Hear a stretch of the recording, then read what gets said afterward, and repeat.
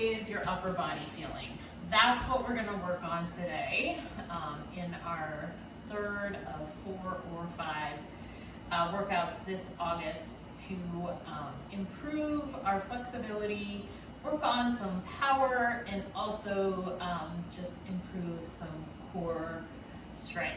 So oftentimes from everything that we do in a day, it's a lot of this sort of forward leaning, forward leading moves. So what happens is things here in the front of the body become short and tight. And then back here, things are being overused, they're long, and those muscles are weaker. So let's get to work on trying to do some correction with this. So all of these sessions, we always start with some foam rolling to warm up the nervous system and just preparing the body overall for what we're going to do and make that transition from what we were doing before we started doing this. So let's go ahead, lay on the ground, and just bring your head back on the foam roller, drawing it in just gently towards your neck. You shouldn't feel any strain here. So if this doesn't feel great for you when you start doing it, get rid of the foam roller and just do it laying on the floor, and put a little towel or a little pillow on behind your neck, at your neck, to support you. Otherwise, we're here, we're just doing some chin tucks. So when we do a chin tuck, we're just kind of pulling the chin in. We're not pulling it down to the chest, we're pulling it in. Might create a little bit of a double chin. And just bringing some natural alignment back to the neck, to the cervical spine. Oftentimes, you know, if we have impaired or worsening eyesight and we're trying to look at our cell phones and other electronic devices, or at just really miniature text that is printed on things these days, it really starts to draw our neck right out of alignment. From there, just nod your head left and right, keeping the rest of the body steady and not turning with it. So anyway, we're pulling ourselves out of alignment, which puts a lot more pounds of pressure on our neck, which is then just going to move into other areas of the body. So it's good to do these little corrective moves in your day.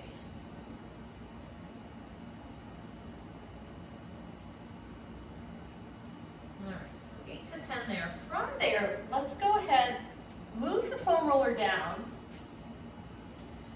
towards the bottom of your shoulder blades. You're going to support your head, but try to keep your elbows wide. Lift your hips up pretty level with the front of your body, squeezing your glutes a little bit, and then just roll. Start up and down.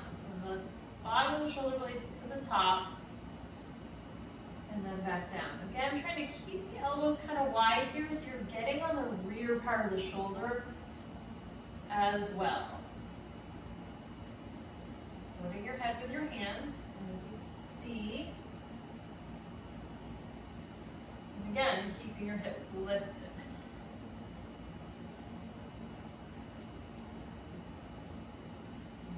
From there, you can lean onto one side a little bit more than the other if you have that ability. If it doesn't feel great, just be mindful of that. But we're going to get a little bit more coverage. We're going to dig a little bit more deep onto that one side. And then go to the other side. Make sure you breathe as you do this. You don't want to be holding your breath. And sometimes foam rolling does feel pretty excruciating on some parts of the body. And if it's so much so that it makes you hold your breath to get through it, you want to find another method of doing that, because you're just not going to get quite the benefits that you want. So a handheld massage stick, a percussive massage device or even a rolling pin can be a little bit more friendly to the body than the foam roller. You can also get soft versions of these foam rollers. All right, so from there, come onto your side. Get the foam roller underneath your arm a little bit, and then just a small roll here under that area. So again, sort of towards the rear of the shoulder, top part of the triceps.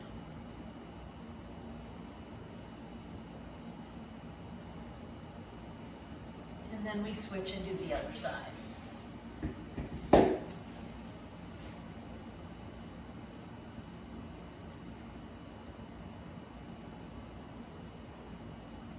All right, from there, we're gonna stay a little bit on the side, but we're still rolling the back, but we're just avoiding the spine itself. So you're gonna support yourself up a little bit, and then roll down towards the low back, and then back up towards the rib cage, just on one side of the spine. Okay, again, with the arms down at our side all the time, things just get short. So when we get to the stretching part of this, we'll get our arms over our head and stretch things out a little bit more. Try to reestablish some length, which is going to help us reestablish some motion as well. So come on to the other side, same thing here.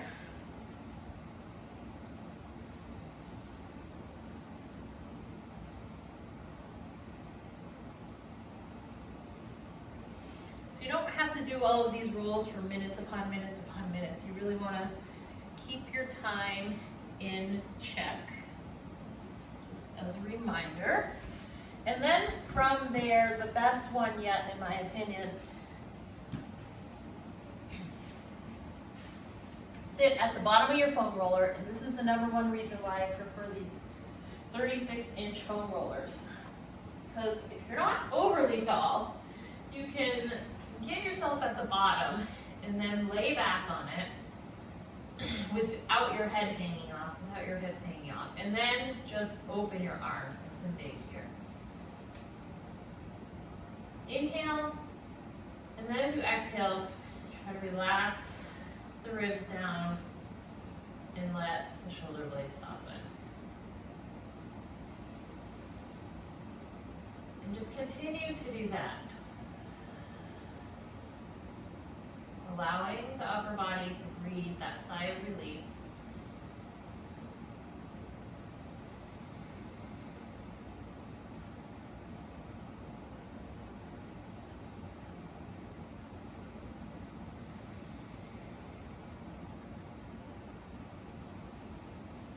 You can move the arms a little bit if you want. And doing these snow angel-like moves. But you want to be mindful to keep your pelvis neutral, keep your spine neutral, keep your ribs relaxed.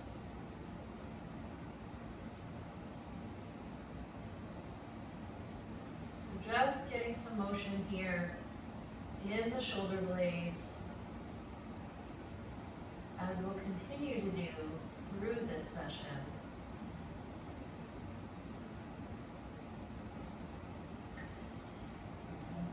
Stuck, which then causes some pain in areas that we don't want it, especially in the shoulders.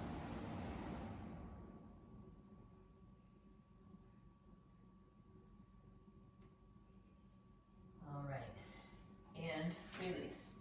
So that is our foam rolling. Again, it doesn't need to take too long. I know I oftentimes get carried away with it, but you just want to keep that in check a little bit. Okay, so from there, let's stand up. Let's get those arms overhead. However you want to do that. You can hold your wrist, you can interlock your fingers, and then let's just kind of stretch side to side.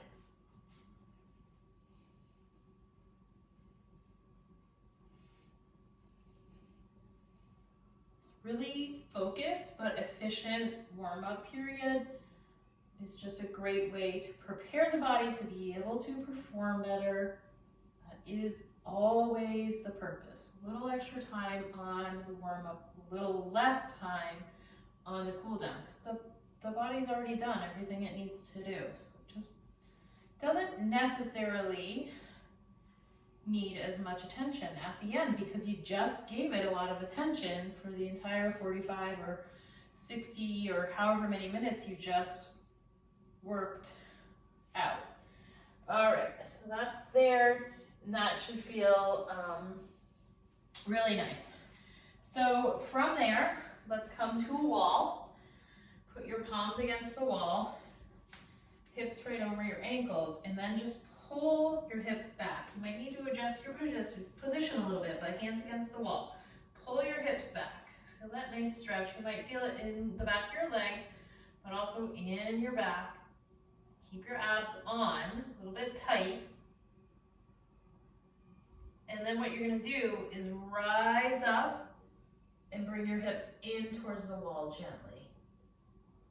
Now, if back extension is not something you should be doing because you have a low back issue, if that's been advised to you, then just come up straight.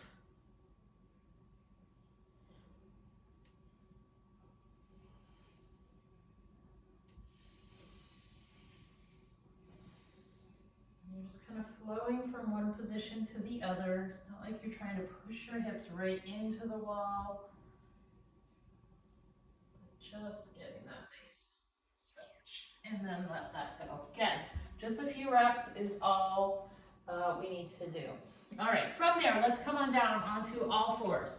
Hands under shoulders, knees under hips. Spread those fingers right out. Inhale, you rock the belly, lift the eyes. Exhale. Arch the back, squeeze the abs, and tuck the chin. Again, if you shouldn't be coming into this little back extension here with the belly down, don't do it.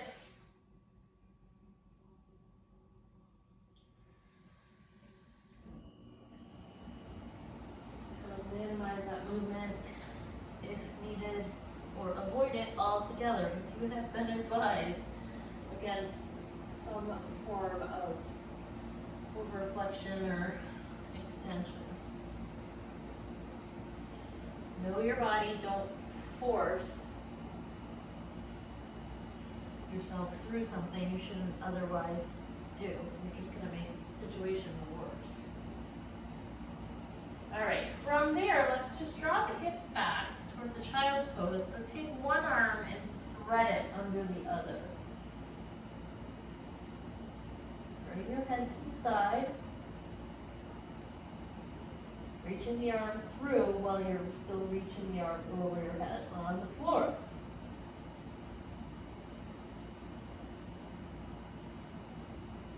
And then switch to the other side.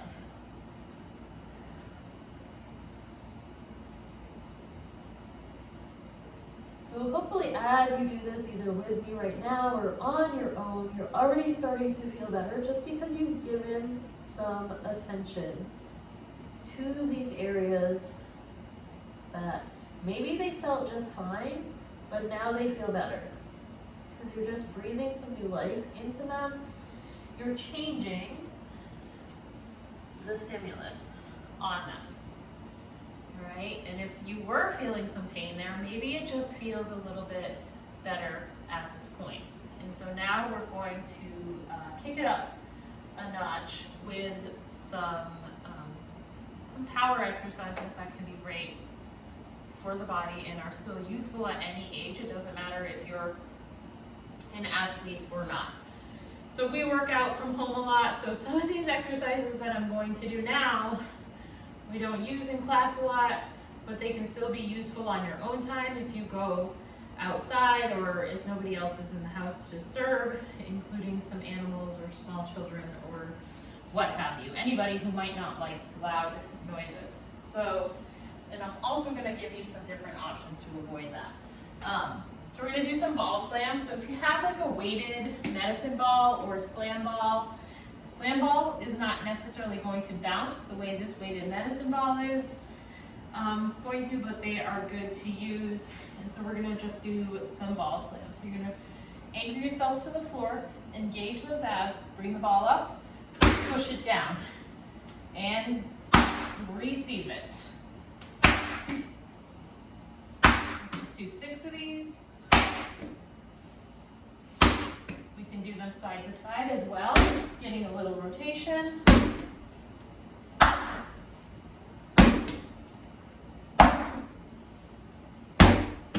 All right, so there's that. So with that being said, again, in a workout at home environment, not the most fun thing to do, especially depending on the time that you work out.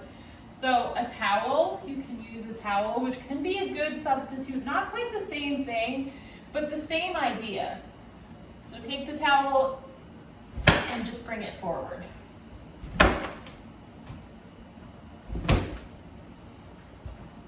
All right, and then you can go side to side.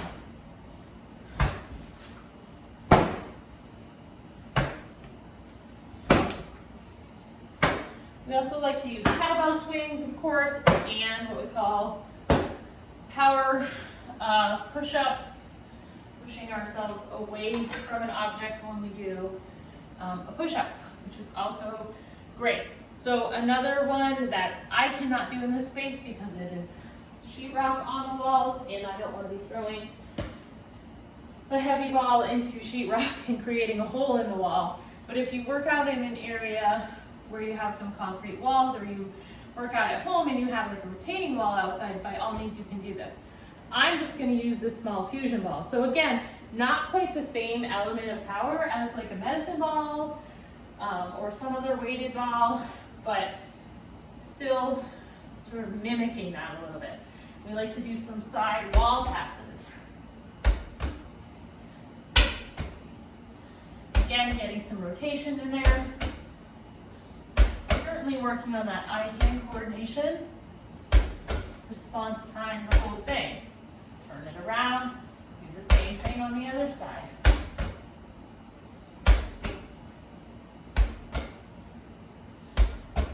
Things like ball slams are great for stress management too, quite frankly. All right, so there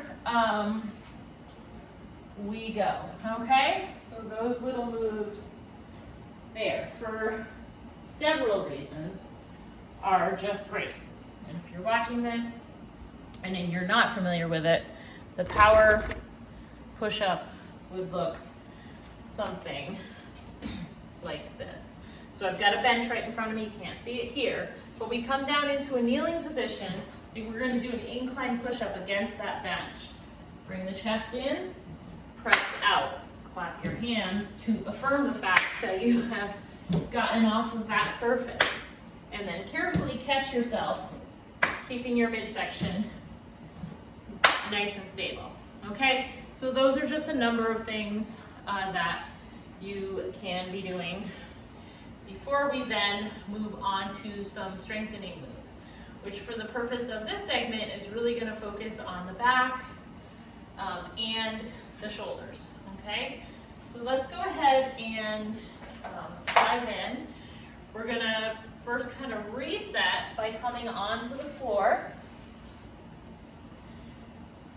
So we're gonna lay on our back, bring our arms out against the floor, similar to what we started with on the foam roller earlier. Inhale. As we exhale, relax the ribs, find that neutral spine, neutral pelvis. Take another breath in. As we exhale, slide the arms up, pull the ribs down, and then reverse it down as we inhale.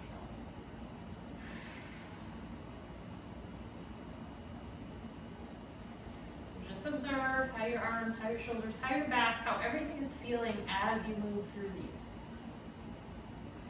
Don't try to push past a pain point, but kind of stay at that little area and minimize the motion and see if it just sort of surrenders and allows you to move past it from just a little bit more direct attention that you gave it.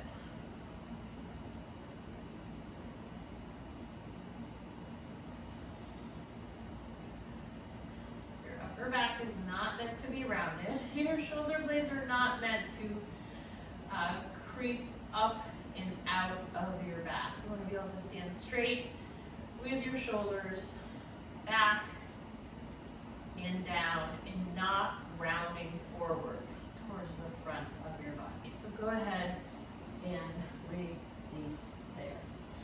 From there, we are going to do a seated band row, but you can also do it in the standing position. So you want your resistance tubing anchored against a low, very sturdy anchor. You can sit up tall with your legs out straight. And if this is just not a comfortable position for you, so you want to pull those sit bones back and really lengthen and straighten the back, go ahead and do it standing. You just need to increase the anchor up a little bit higher. From there, we're going to pull back. So abs are zipped up, pull the arms back, squeeze the back, gently bring it out. So strengthening the back is the name of the game. It's going to help reverse, correct some of that short and tight feeling in the front of the body.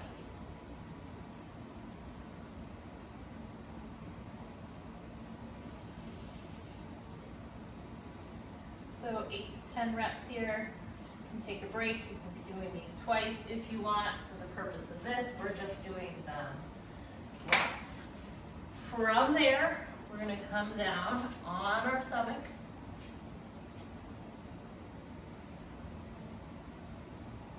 We're going to bring our arms out into kind of a wide V with the palms facing in and the thumbs up. Hips down, tops of the feet down. Pull the hips down, engage the abs a little bit. You want to keep the head up if you can, otherwise you can put a towel under it and just kind of rest your forehead. And then we're just going to lift. Little Y raise here, sliding the shoulder blades down, little squeeze.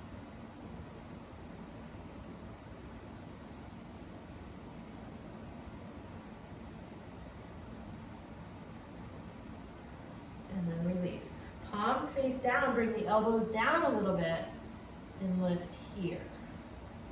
This time the shoulder blades are kind of moving in, still squeezing the back, getting some external rotation in the shoulders.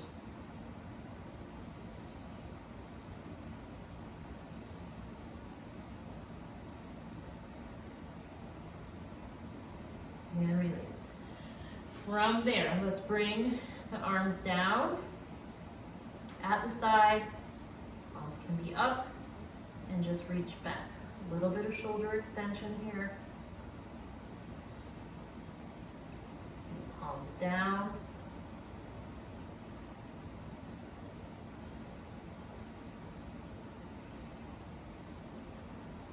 And release. A whole slew of sort of alphabet type exercises that we can do either from the floor. We can do some standing, we do them against a ball. We just picked the path of least resistance today, doing them on the floor. So from there, we're going to come on up and band. So we have a different band here, anchored a little bit higher.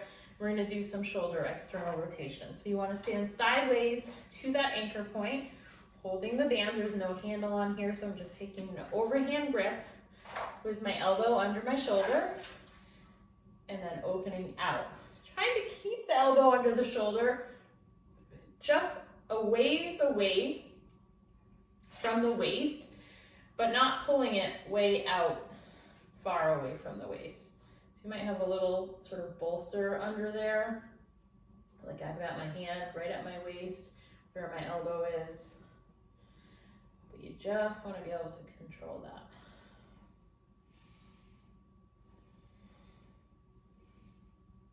All right, and then turn around to do the other side, same theory. Shoulder blades stay stable, and hopefully you are feeling better now than when you started if things were just feeling tired in that upper area. Hopefully the power brought some energy to your day. The foam rolling, the stretching brought some relief. And then the strengthening exercises, well, helped you feel better and improve your posture, your mobility, and your strength overall. So thanks for tuning in and being here for this, and stay tuned for our next one.